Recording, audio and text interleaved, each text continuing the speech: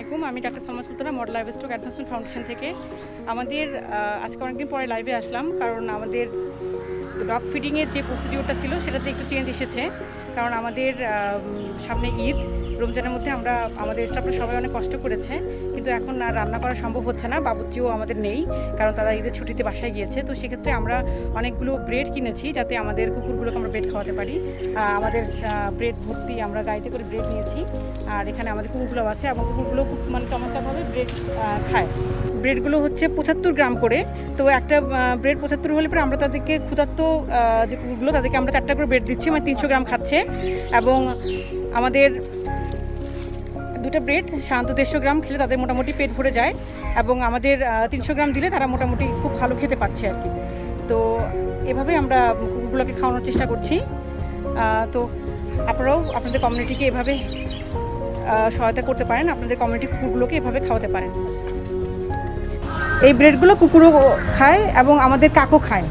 খুব ভালো লাগছে যে কুকুর সাথে সাথে আমাদের কাকগুলো এই ব্রেডগুলো খাচ্ছে।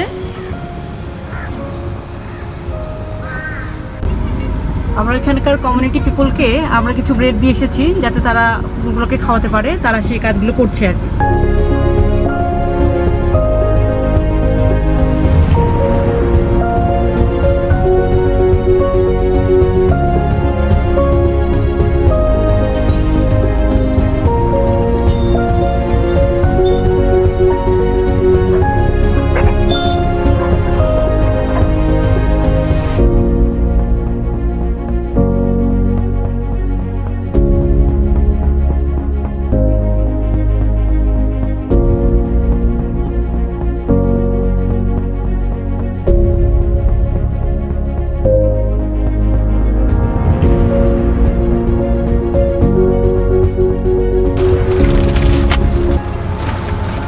কুকুরকে খাবার দেওয়ার সময় আমাদের কিছু ছেলে বাচ্চারা আসে আমাদের কাছে খাবার চাওয়ার জন্য।